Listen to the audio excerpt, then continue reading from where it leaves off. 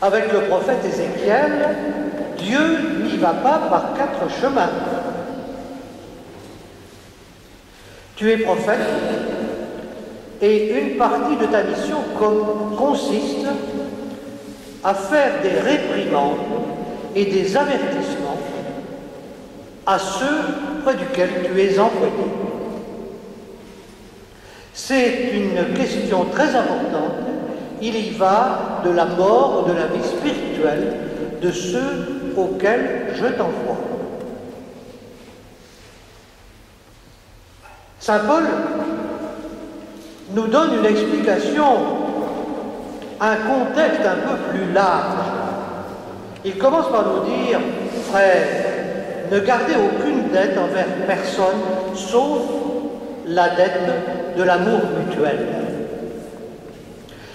Et ce disant, il nous donne le fondement sur lequel nous pouvons comprendre cette responsabilité mutuelle que nous avons les uns vis-à-vis des autres.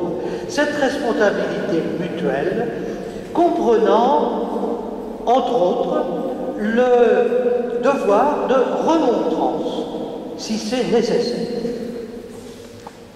Nous savons combien c'est difficile d'exercer ce ministère de remontrance, et comme c'est difficile aussi de recevoir d'un autre une observation ou quelque chose qui ne nous fait pas plaisir.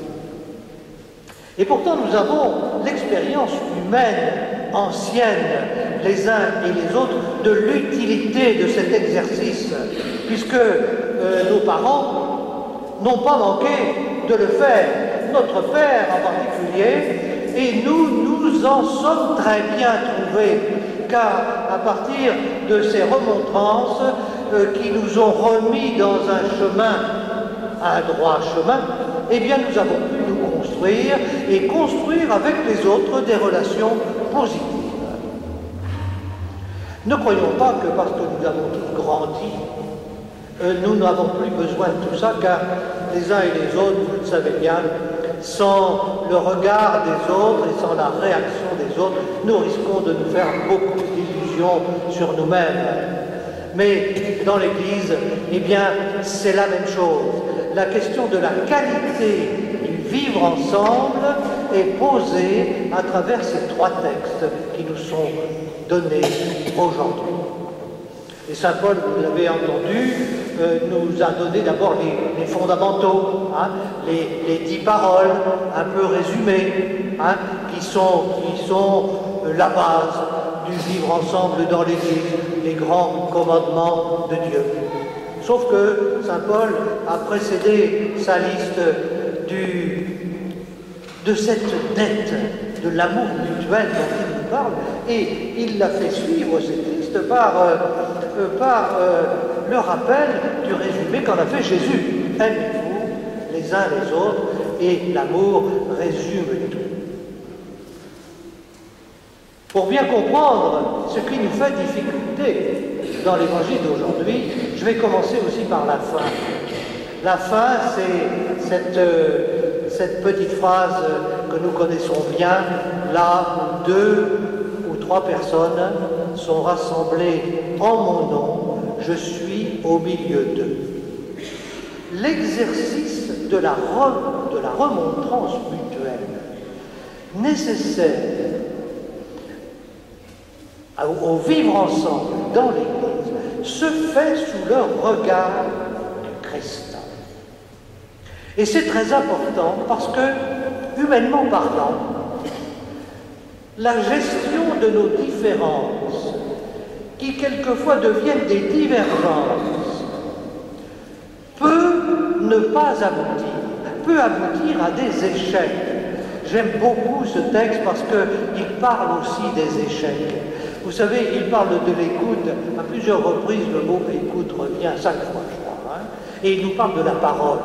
La bouche et les oreilles, ce sont les instruments qui nous sont donnés pour prévenir nos conflits et pour les gérer lorsqu'ils arrivent.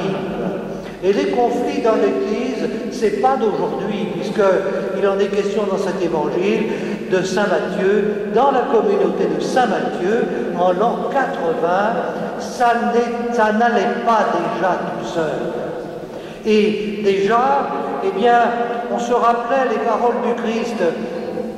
Déjà, l'équipe apostolique, vous savez, les apôtres, on le voit dans l'évangile, hein, qui c'est qui est le premier, qui c'est qui est le plus intelligent, qui c'est qui est le plus près de Jésus. Les rivalités, c'est des réalités humaines de base. La peur de l'autre, elle nous habite tous. Et cette peur, elle peut se développer en violence d'une manière qui peut nous étonner nous-mêmes, nous le savons. Et Jésus en est très conscient. Et il dit, il nous donne un certain nombre, j'allais dire pas de règles, parce que vous savez, Jésus ne nous a pas laissé de règlement, mais une espèce de petit scénario pour nous dire voilà comment vous pouvez faire. Eh bien, si vous vous apercevez que les différences deviennent des divergences et qu'on ne peut plus, ou qu'on a beaucoup de difficultés à se parler, alors faites le premier pas. Allez vous-même parler. C'est difficile, vous savez, de faire ce premier pas souvent. Eh bien, Jésus nous invite à le faire. Va trouver ton frère, en face à face, pour ne pas l'humilier. Hein?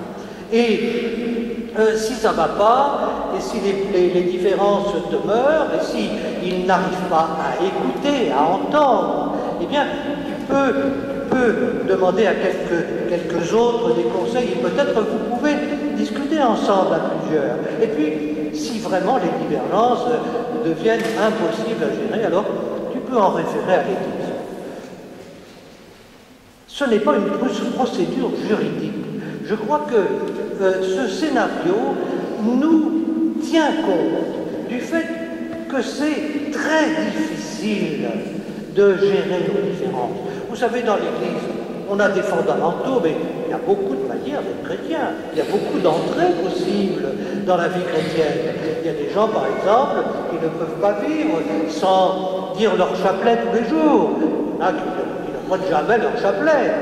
Il y en a qui adorent le latin, le grégorien, et d'autres qui ne s'intéressent pas du tout à ça. Hein.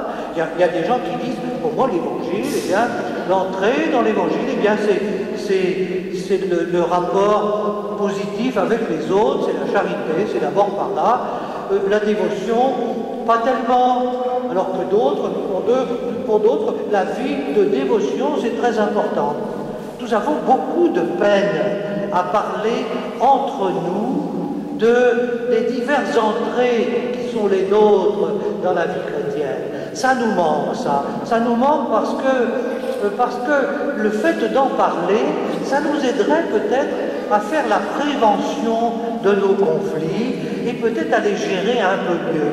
Vous savez, ça n'a pas toujours été possible dans l'Église. Hein.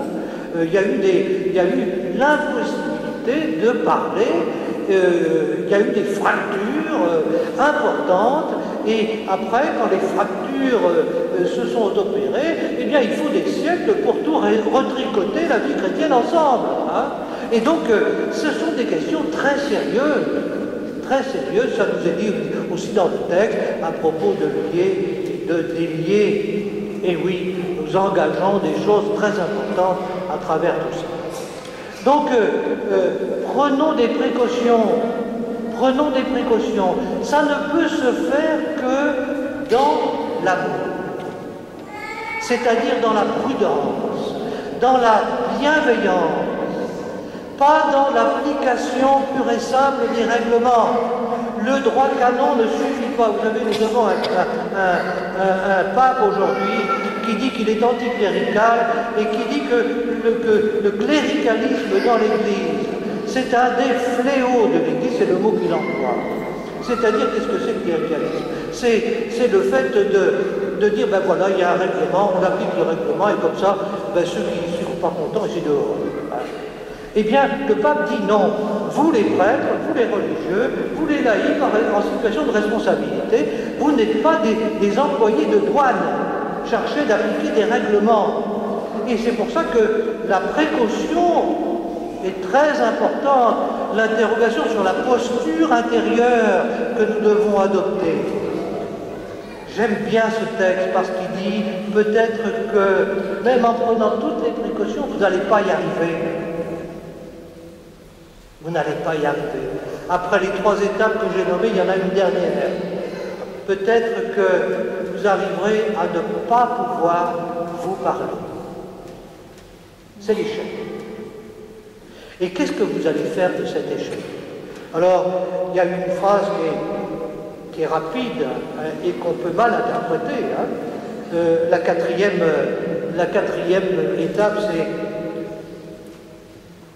s'il refuse encore d'écouter l'Église, considère-le comme un païen et un publicain.